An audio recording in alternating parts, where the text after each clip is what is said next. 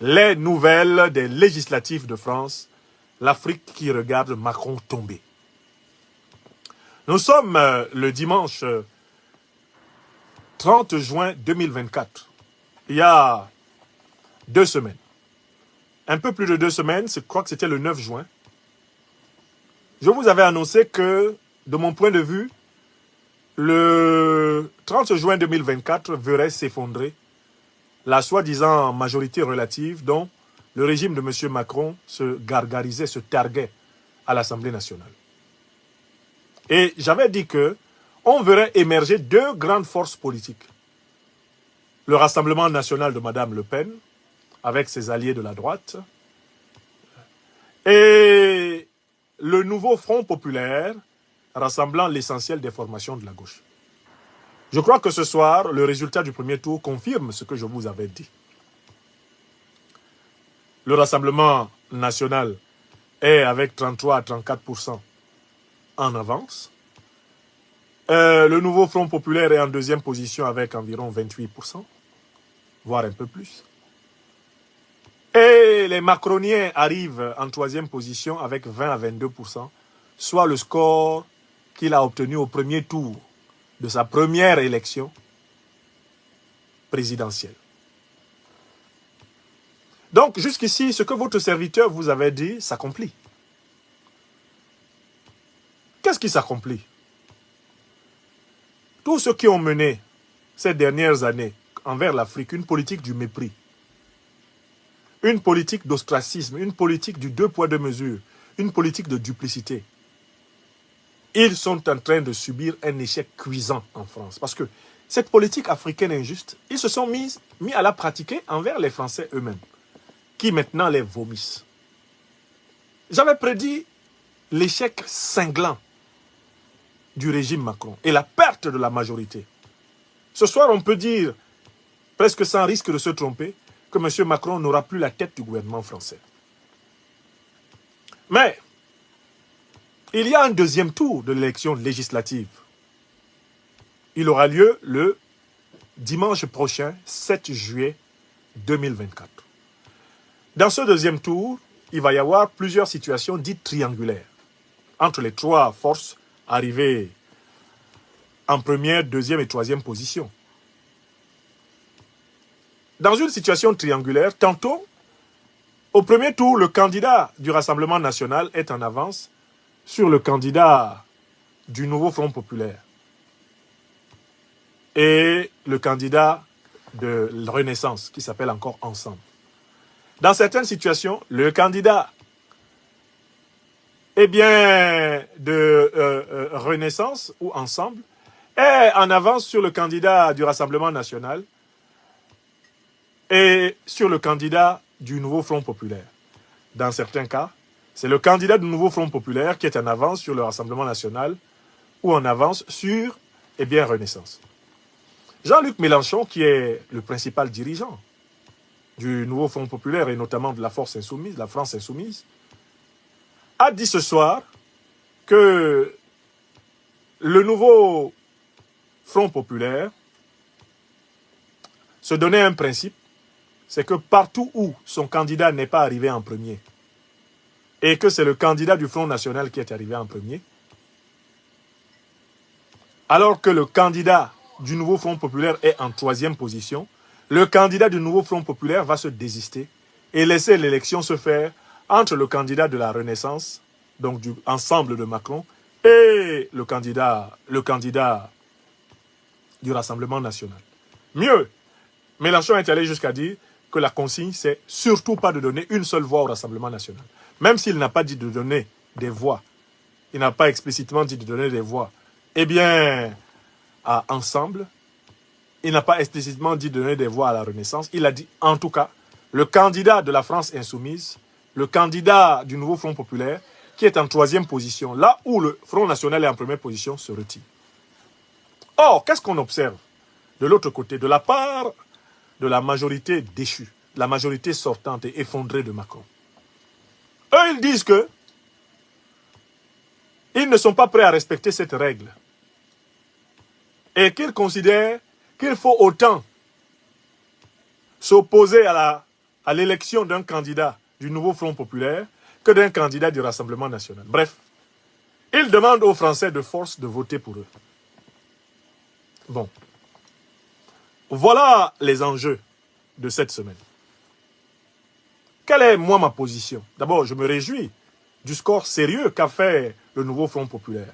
Je vous ai dit la dernière fois qu'ici en France, la seule grande famille politique dans laquelle il y a des Français, des Françaises de souche, qui parlent en faveur de l'Afrique, qui comprennent l'Afrique. Je ne dis pas tous, mais la seule grande famille politique où il y en a, c'est ce nouveau Front populaire. En son sein, il y a des justes. Des hommes et des femmes qui ont été justes envers nous. Les Africains de France et les Africains d'Afrique. C'est pour eux que le 7 juillet, moi je retournerai en tant que citoyen français pour voter le nouveau Front populaire. À ceux qui ont écouté jusqu'ici mes analyses de la situation, pourquoi il faut voter le nouveau Front populaire? Parce que c'est la seule famille politique dans laquelle il y a des voix qui parlent. Pour nous, nos intérêts. En tant qu'Africains de France, et nous, nos intérêts, en tant qu'Africains d'Afrique. Cherchez dans la droite et l'extrême droite, vous ne trouverez pas. Et dans la duplicité naturelle de Macron, vous ne trouverez rien du tout pour l'Afrique. Rien. C'est dans ce nouveau Front populaire qu'il y a les Jean-Paul Lecoq, qu'il y a les André Chassaigne, des hommes courageux pour l'Afrique. Ils s'y trouvent.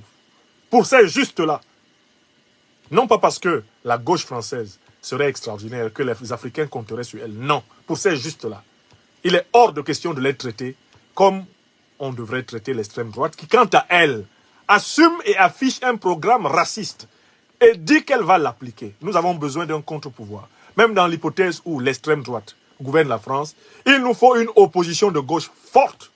Nous, Africains de France, nous, Africains d'Afrique, pour continuer à tenir la dragée haute au néocolonialisme, au colonialisme en France.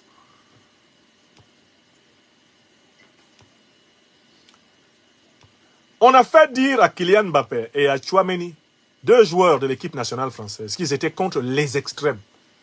Il n'y a pas les extrêmes en France, il y a un extrême en France. Pour nous, Africains, c'est l'extrême droite.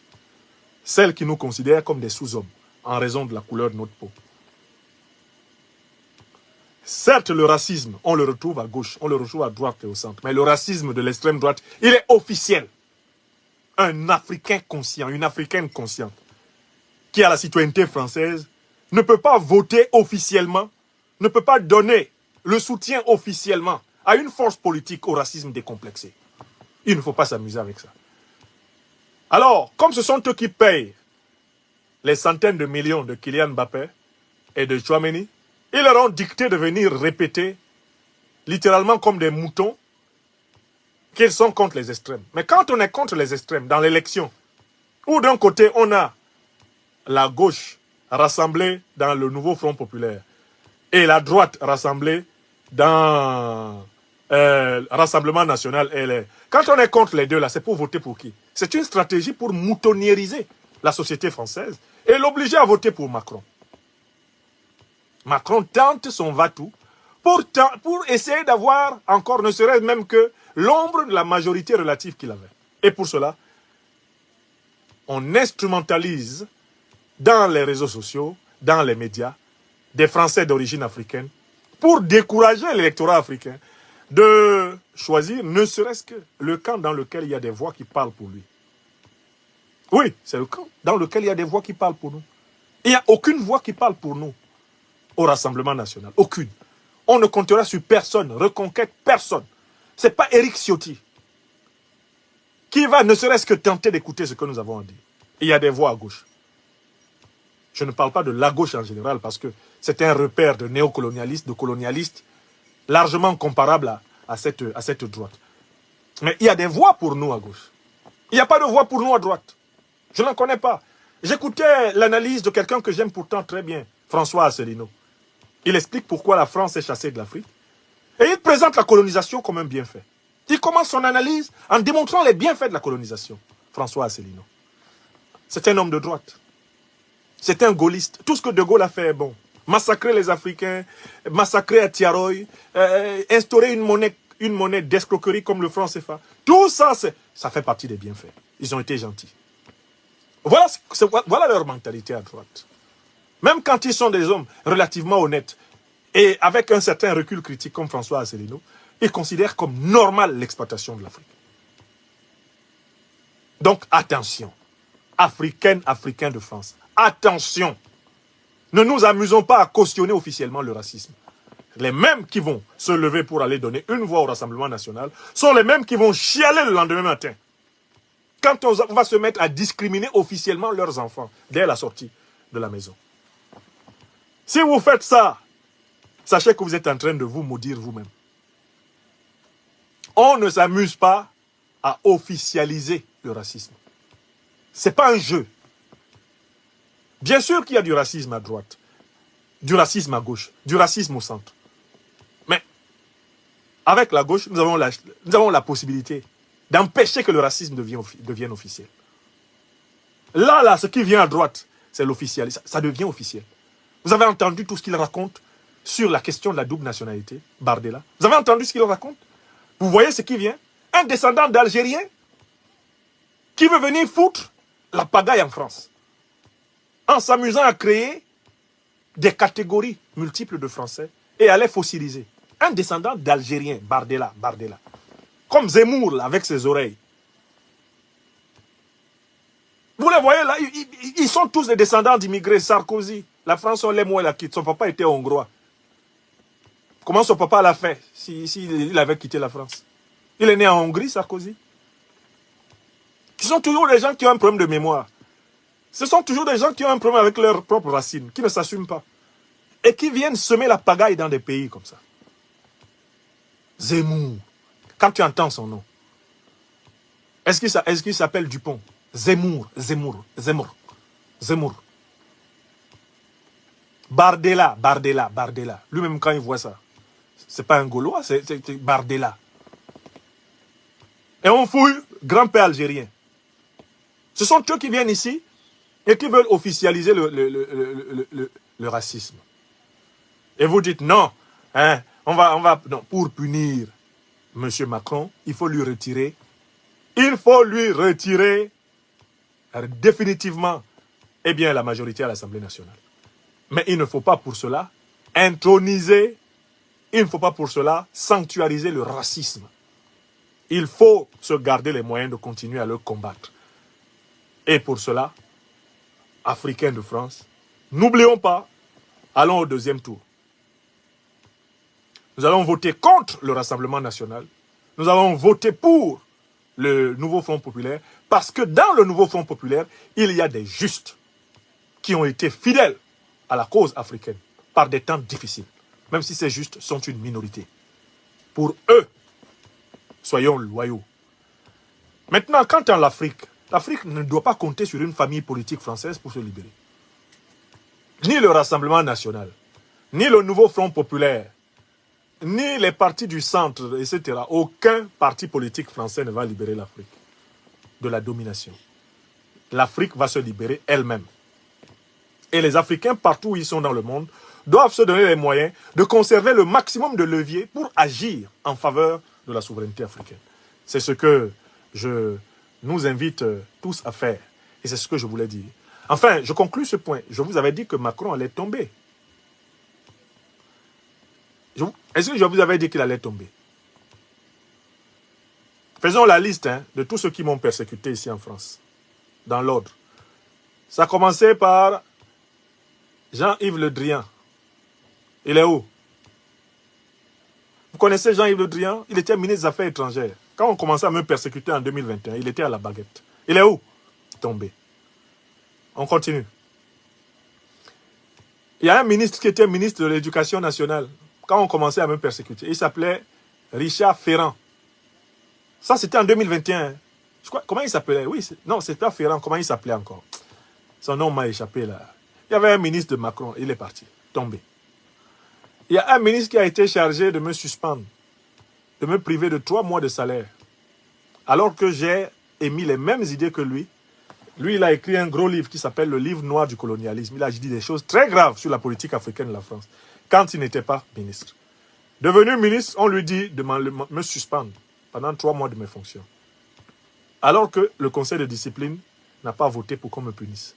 Comment il s'appelle? Actuellement, on l'a nommé ambassadeur chargé de l'Europe. On me dit qu'on lui paye 17 000 € par mois pour rester à Paris, à ne rien faire. Comment il s'appelle? Pape Ndiaye. Il est où? Tombé. Je vous fais la liste de mes persécuteurs. Hein. Bon. Il y a un ambassadeur là, celui qui a donné l'eau au Niger. Celui qui dit que c'est l'eau européenne que les gens boivent à Niamey. Vous vous souvenez de lui? Vous savez comment il a fini? Il a fini sa carrière sur son dernier poste d'ambassadeur. Je l'ai même défendu parce qu'il a écrit un livre pour dénoncer la France-Afrique. Le livre a été censuré par ses patrons. Vous le connaissez, non? Sylvain Ité. Il est où? Je vous ai dit ça, que tous ces gens-là, je vous ai dit que tous ces gens vont défiler ici. Un matin, ils n'auront plus de pouvoir. Bon, voici donc le 30 juin 2024, M. Macron n'a plus de majorité. Et il n'aura plus de majorité à l'Assemblée nationale française. C'est terminé. Autrement dit, il sera dans la situation d'un manchot à qui on demande de prendre son courage à 2 mains à la tête de la République. C'est terminé. Vendredi prochain, il se retrouve en cohabitation, soit avec un Premier ministre issu du nouveau Front populaire, soit avec un Premier ministre issu du Rassemblement national. C'est vrai ou c'est faux? Est-ce que c'est vrai ou est-ce que c'est faux? J'ai dit ça ici il y a plus d'1 an. Il y a plus de 3 ans. J'ai dit que M. Macron ne pourrait pas gouverner la France. Qu'il finirait par être dans l'incapacité de gouverner la France. Je l'ai dit oui ou non? Non, comme vous êtes mes témoins, c'est vous mes témoins. J'avais déjà fait mes analyses en disant sa manière de gouverner, sa manière de se comporter envers le peuple de France, elle va lui valoir un rejet, un échec cinglant. Je l'ai dit ou pas? Voilà la liste de mes persécuteurs en France. J'ai dit qu'ils vont tous tomber. Bon, certains d'entre vous qui m'écoutez parler maintenant vous sentez qu'il faut prendre au sérieux ce que j'ai dit, non?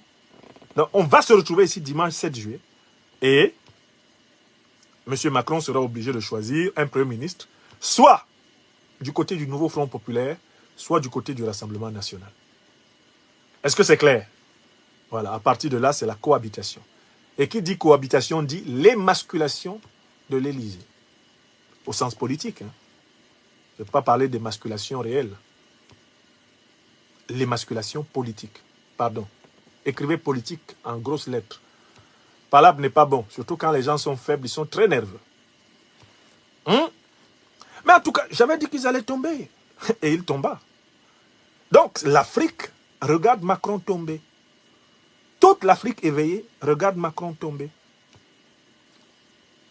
S'il avait écouté les sages du fin fond de l'Afrique équatoriale, du fin fond de l'Afrique de l'Ouest, de l'Afrique centrale, de l'Afrique de l'Est, il aurait entendu ce message depuis longtemps.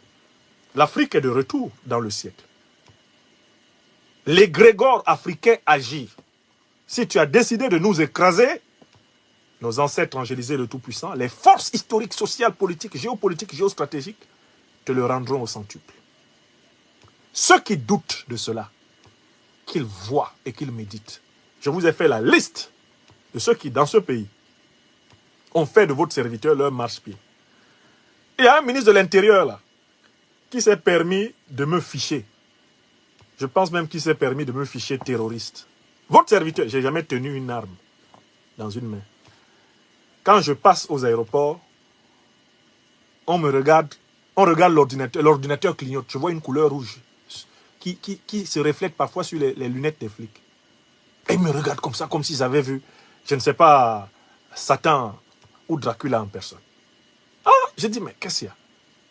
Monsieur Darmanin, mon avocat, maître, Djifoutawo Woshawo Aboubek, dit maître Abou, lui a adressé une lettre pour lui demander de nous donner les documents, de nous donner tous les renseignements sur mon statut, parce que je suis harcelé et persécuté lors de mes voyages de sortie et d'entrée. Darmanin a répondu qu'il ne donne pas. Qu'il ne donne pas cette information. Parce que s'il me donne cette information, je risque de me défendre. C'est ce qu'il a dit, non? Bon, lui, il va quitter le ministère de l'Intérieur. Nous tous, on va se défendre ici dehors, en France.